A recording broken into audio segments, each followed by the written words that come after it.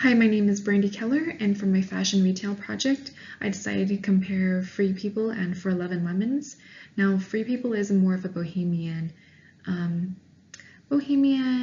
textile, hippie kind of individual, and For 11 Lemons, it's going to be quite similar, but they take more of a feminine approach. So there's going to be a lot of frills, a lot of lace, a lot of just romantic style of clothing.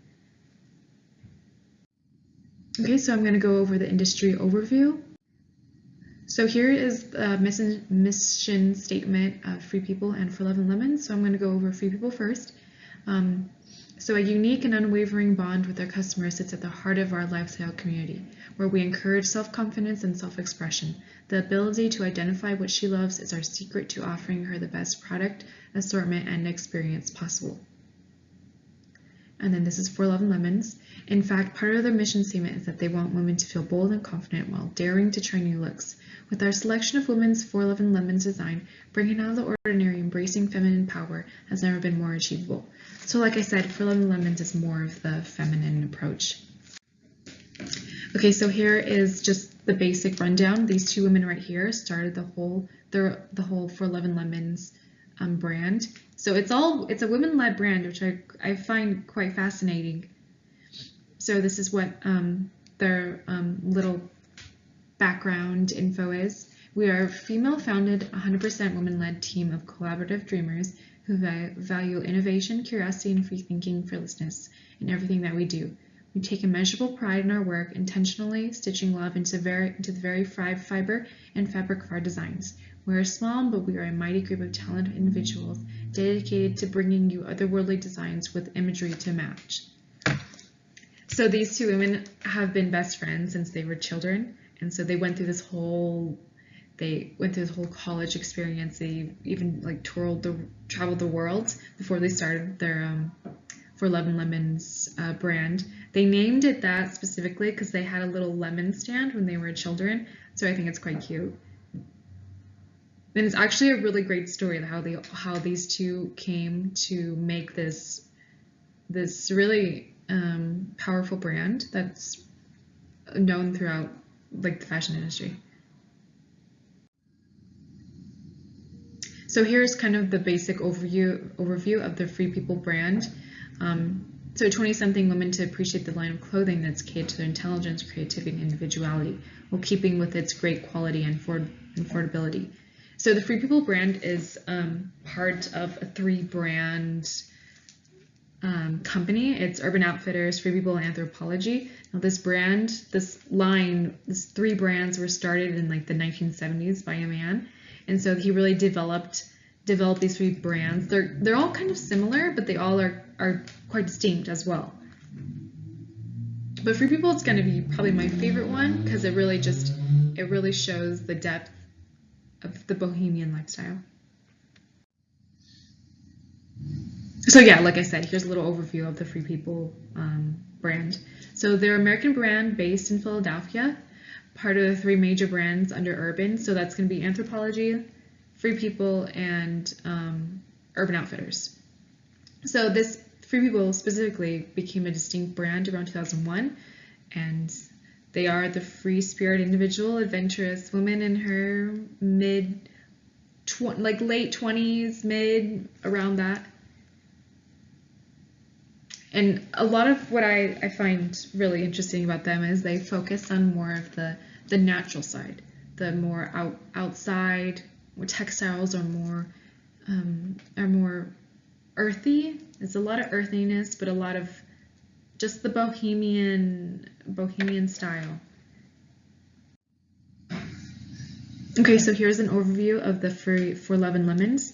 So like I stated before, they're an American brand started by 2 best friends from Wyoming, and it's an all-female brand, and it's led, their focus is more on the feminine side, feminine approach, and it targets around the same demographic as Free People does, but I think it might target maybe a little younger as well. So here's just a basic economic standpoint of the impact of the coronavirus. So since the coronavirus happened, all stores, and as you know, all stores have been like shut down. So there hasn't been any in-store purchasing for a while, and it has affected the retail sales. So it's been declining, but as of now, it has been increasing due to more openings that's happening around the world. So, however, the in-store sales have declined, but e-commerce has really thrived and really made its standing and as a way of in the retail industry. So here is just a graph of how it's been escalating throughout the years, how it's really escalated lately, because it's been just the easiest way to when you're able to buy stuff online. It's always going to be e-commerce. So a concern with a lot of people in like my age group and society is the environmental concern that happens. That's always been a major concern with the retail industry, and especially fast fashion. A lot of people are starting to not they don't want to be a part of the fast fashion because it is a pollutant industry. So there's always going to be a concern on that environmental concern, human rights concern, and pollution concerns.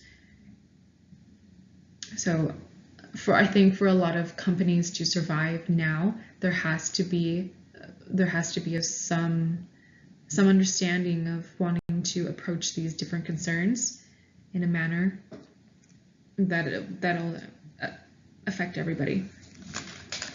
Just the human rights concern and environmental concerns have always been a huge issue, and I think they'll just increase over time. So Free People they've tried to address this issue and their clothing and how they approach where they get their clothing, how the clothing is made. So they've been involving more of recyclable materials, such like recyclable cotton, reusable items, or vintage items. And I've included 2 photos, sweatpants made from recyclable fleece. So that's another way to combat the pollution and waste, is just recycling older items into newer ones.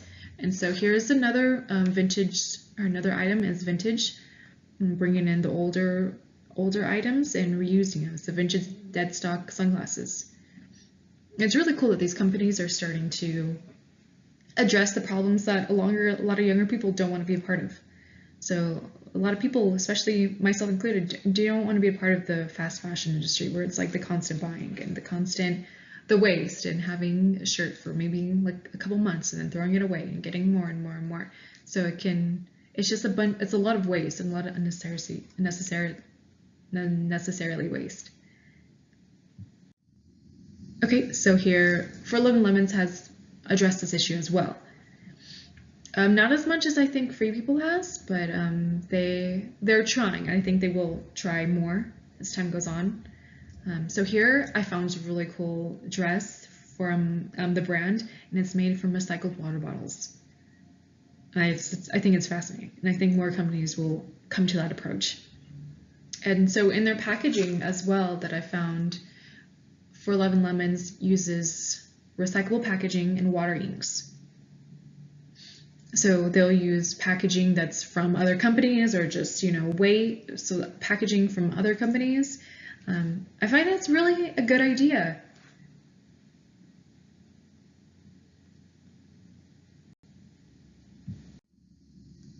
Okay, so I'm going to move on to location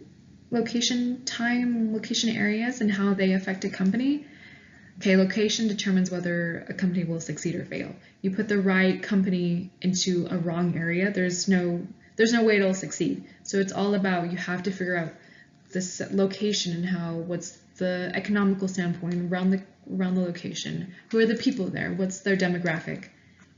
So it's all, you have to be very concerned about that areas. Downtown areas and shopping malls are always going to be a big concern for the retail business.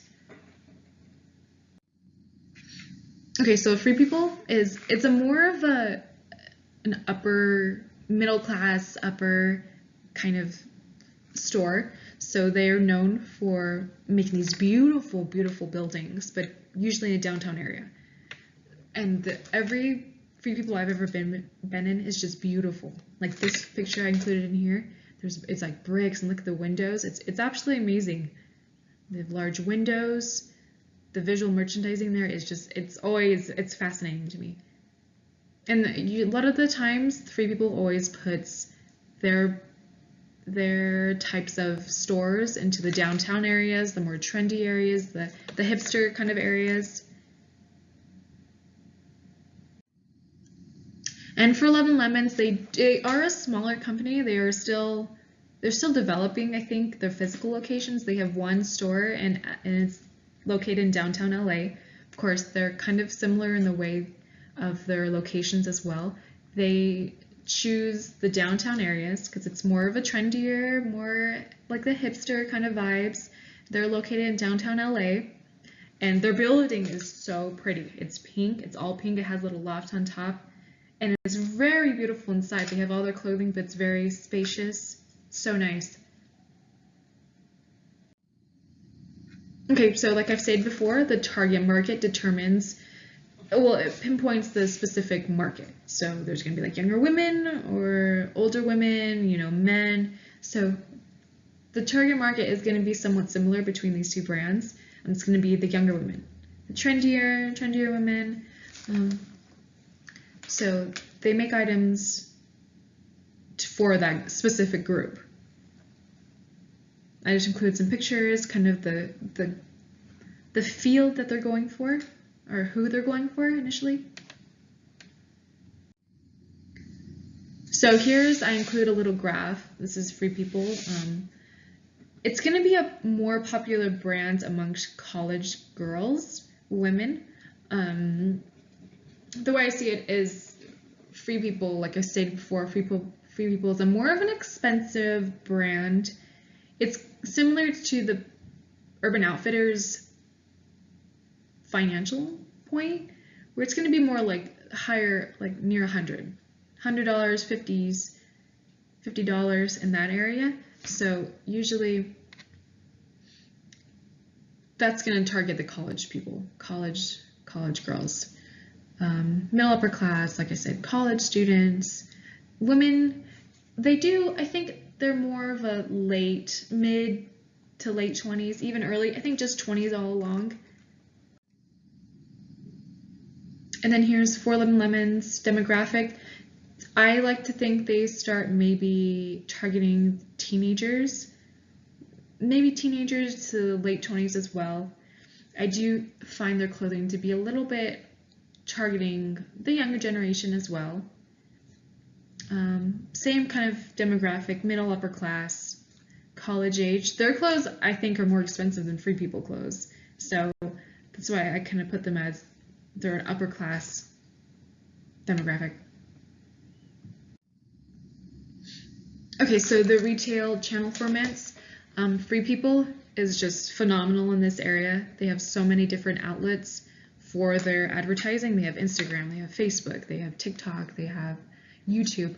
And what's really cool about the Free People retail channel formats is they utilize YouTube, but they make these really short films, but there's like a whole story behind it. And they also do physical catalogs. Those are cool. They do physical catalogs. They'll send them to your house. I get them. I think they're more, I haven't seen one in a minute for a while, so I think it might be they're waning as well. Okay, so here is another rundown of Free People's use of technology. I think they're much more advanced than 411 Lemons. They have their whole Instagram is very well known, and it's very nice, and how they're able to capture the feel of this company. And for Free People, they do, like I said before, they do these videos. They're so beautiful, these short films, and they're all very inclusive. So they made one in India, they made one, I think they made one in Africa, but they're really cool and very, they're actually films. And they do have a blog, it's called BLDG Building 25.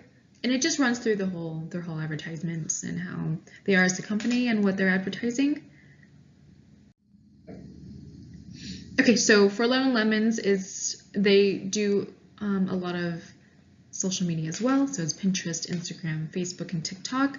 They do have an online website that you are able to purchase from.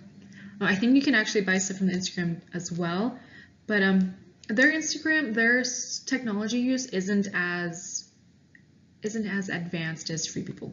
That's what I like to think. But they are very active on Instagram. I think that's going to be one of their more ways of reaching people.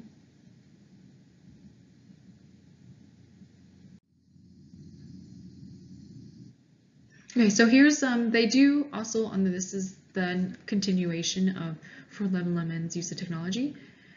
Cell phones is the way that they reach people the most. So it's going to be you're able to access their Instagram, their social media on your phone much more easier than you are on your computer. Just the way it is. Social media is always going to be the main source of advertisement. They're going to be their website right here, Fletching Florals, and then here's, I think on their Instagram, it has their little advertisement, the love of language, the language of love. Okay, so like I say this before, but the inside of Free People stores is so beautiful. The visual merchandising is phenomenal. They always put so much time and so much effort, and it's like a very specific story for every store. They have one in Santa Monica, and it's so beautiful. It's like a small little building, but the inside it really tells the story of Free People. So like the bohemian area, the rugs, the tables, the way the merchandise is laid out. You can see the fabrics laid inside on top on the first picture right here. It really demonstrates the Free People culture. And it has like little rugs, it has the tables, even the tables and how they're placed. It's really thought out, I think. And in the picture on the bottom, the lights, it's so much work goes into the visual merchandising. It's phenomenal, I think. So here, like I said before, For 11 Lemons only has one store, and that's located in downtown LA. But the placement is very beautiful as well. They have like the plants, and it also tells the feminine approach that they have into their clothing. So it's all pink, and it has like the plants, and it has the chandelier on top, and I like the way that they're able to just captivate the story and the brand itself through how the visual merchandising is laid out.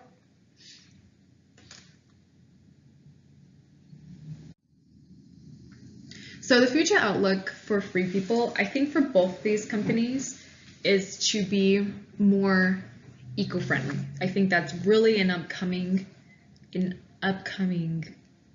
way lifestyle.